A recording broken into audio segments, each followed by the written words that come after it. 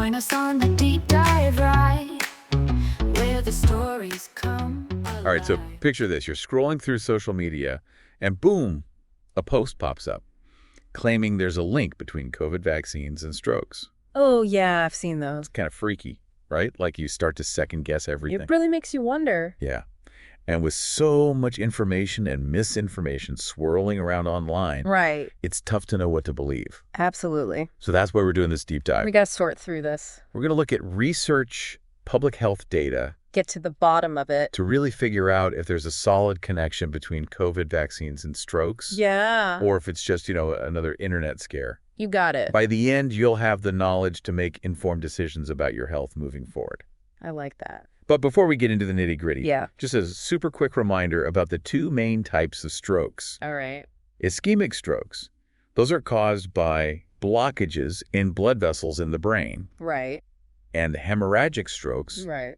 those happen when there's bleeding in the brain. It's helpful to keep those in mind as we dig into the evidence. Definitely a good foundation. Okay, so let's rewind back to early 2023. Okay. Do you remember when the CDC and FDA issued that warning Oh, yeah. about a possible link between the Pfizer bivalent booster and ischemic strokes in people over 65? I do. Yeah, that was a big deal. I remember feeling this wave of panic, like, A lot of people did. oh no, what does this mean? It was all over the news. Yeah, and everyone was talking about it. For sure. But then further investigations using multiple data sets Much more data. that didn't actually back up that initial finding. Yeah, it turned out to be. So it seems like it might have been a statistical blip That's what it looks like. Yeah, more of a statistical anomaly. rather than an actual clinical risk. Right, exactly. It's kind of a false alarm in a way, Yeah, in a way. but it highlights how important it is to look at the whole picture, The big picture. not just one's study or piece of data in isolation. 100%. Right, because science Yeah, science is all about, is constantly evolving it's a process. as new data emerges. We get new information, we refine our understanding. We have to be willing to adjust our understanding. Like always learning.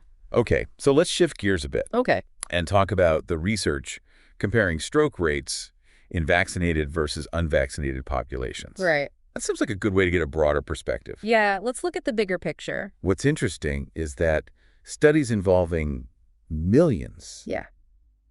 Huge studies. sometimes tens of millions of people, Massive data sets. actually show a lower incidence of strokes Interesting. after vaccination So lower after vaccination. compared to before or without vaccination. Wow. That's pretty significant. It is, yeah. So if these large-scale studies show that vaccines might actually be protective, why do we still see those isolated reports of strokes after vaccination?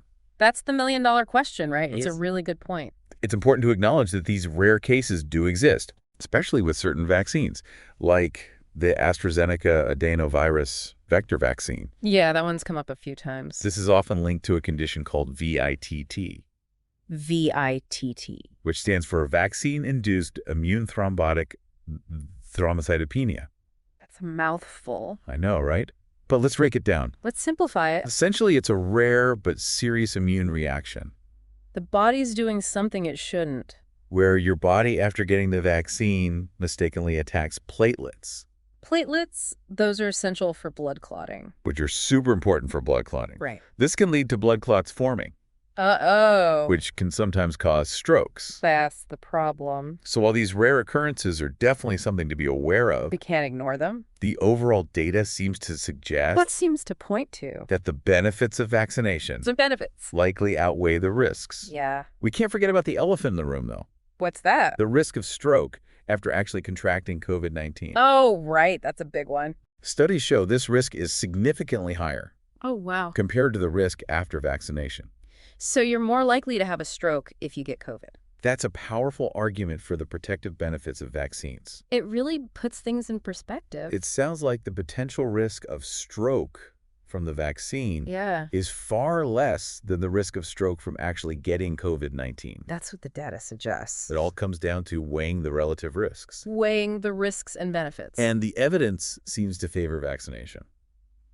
It seems that way, yeah. So if you're worried about a potential link between COVID vaccines and strokes, Okay. remember that isolated cases have happened. It's not impossible. But the vast majority of It's evidence the bulk of the research. doesn't point to an overall increased risk. It doesn't seem so. In fact, vaccines seem to be protective against a higher stroke risk Interesting.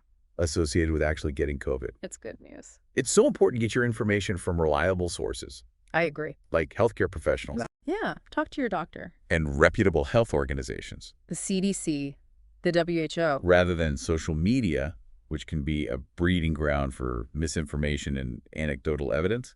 Social media can be a wild west. Definitely. You never know what you're going to find. This whole experience has really made me think about the future. In what way?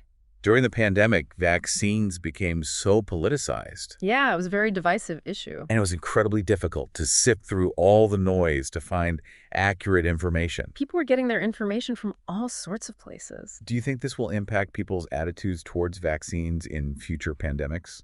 That's a great question. It's hard to say for sure. Yeah.